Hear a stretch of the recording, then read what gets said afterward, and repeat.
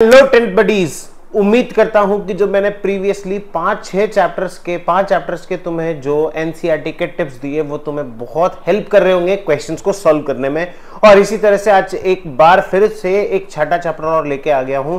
और इस चैप्टर के अंदर जो सबसे इंपॉर्टेंट है कंट्रोल एंड कोऑर्डिनेशन, मतलब लाइफ प्रोसेस के बाद बायोलॉजी में अगर कोई इंपॉर्टेंट टॉपिक है तो वो है कंट्रोल एंड कोऑर्डिनेशन। सो जल्दी से बिना देरी किए इस वीडियो को बहुत शॉर्ट एंड क्रिस्प रख करके इसमें जल्दी से हम देखते हैं।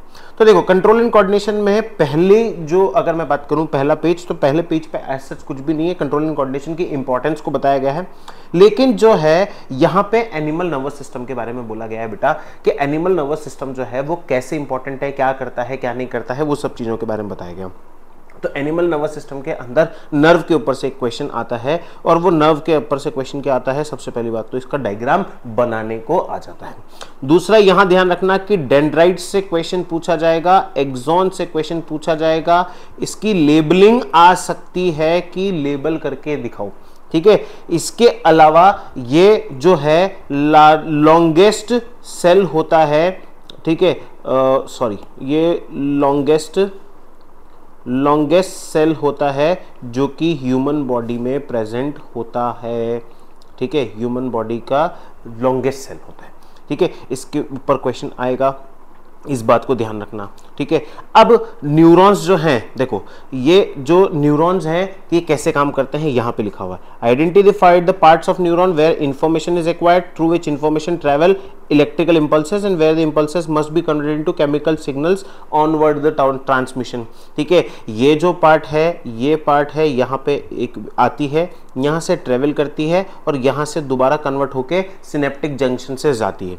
इस चीज को ध्यान रखेंगे हम, ठीक है। रिफ्लेक्स एक्शन क्या होता है, रिफ्लेक्स एक्शन पे एक 3 नंबर का क्वेश्चन बनता है, ठीक है, जो जनरल होता है रिफ्लेक्स सेक्शन के ऊपर। तो रिफ्लेक्स सेक्शन के क्वेश्चन को ध्यान रखना, ठीक है। रिफ्लेक्स सेक्शन कैसे क्या होता है, यहां से तुम्हें पता पड़ जाएगा कि रिफ्लेक्स सेक्शन क्या है। सिर्फ इतने से पार्ट को पढ़ना है, इससे ज्यादा नहीं पढ़ना, ठीक है। और आए तो ये जो डायग्राम है, ये डायग्राम बड़ा इंपॉर्टेंट है, इस डायग्राम को सॉल्व करके जाना। ह्यूमन ब्रेन के अंदर जो है, मैं सीधे ह्यूमन ब्रेन के डायग्राम से बताता हूं तुम्हें, ये fore brain, mid brain, hind brain. Fore brain से कोई क्वेश्चन नहीं पूछेगा, मिड ब्रेन से आएगा तो 1 नंबर का क्वेश्चन, लेकिन मैक्सिमम नंबर ऑफ क्वेश्चन जो होंगे वो हिंड ब्रेन से आएंगे, ठीक है। हिंड ब्रेन से भी किस तरह के क्वेश्चन आएंगे कि which body part is responsible for vomiting, which body part is responsible for the body posture.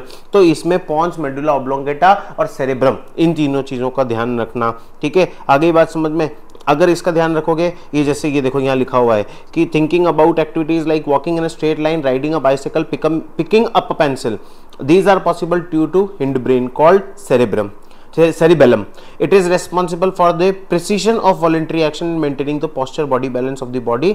Imagine what could happen, ठीक है। इस तरह से अब ये टिश्यूज, ये वाला जो पार्ट है, इसमें से कुछ भी नहीं आना है, डेफिनेटली बोल रहा हूं। प्लांट के कोऑर्डिनेशन पे जो क्वेश्चन है, एनिमल्स में यहीं पे बैठेंगे।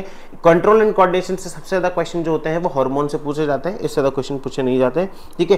प्लांट्स में स्टिमुलस और मतलब क्या नाम से जो तुम्हारे मूवमेंट्स हैं, ठीक है, वो मूवमेंट्स को ध्यान रखना और उन मूवमेंट्स को समझना, ठीक है। Movement due to light, movement due to growth, chemical की तरफ मूवमेंट, ठीक है, फोटोट्रॉपिक मूवमेंट, और इन सब मूवमेंट्स को ध्यान रखना, इन से ही क्वेश्चन पूछा जाएगा, ठीक है। इसके अलावा मैं बात करूं कि इलेक्ट्रिकल इंपल्सेस इसके अंदर नहीं होते, हाँ 5 फाइटो हार्मोन्स होते हैं, ठीक है।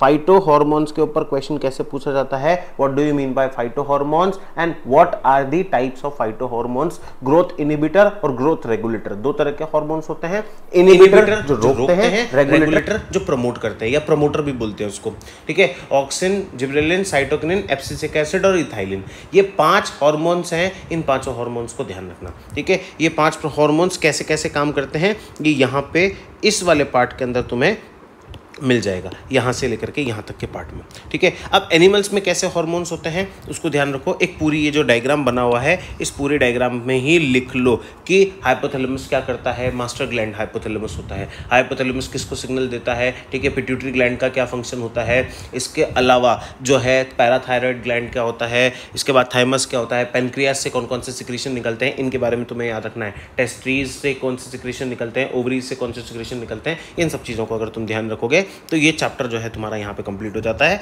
और इस टेबल को कंप्लीट करके जाना, ठीक है। इससे ही क्वेश्चन बैठते हैं मोस्टली, ये जो टेबल है इससे ही क्वेश्चन बैठेंगे। सो एनसीईआरटी में कंट्रोल एंड कोऑर्डिनेशन चैप्टर में बस इतना ही था, ठीक है। अगले चैप्टर के लिए stay connected, okay, bye, best of luck.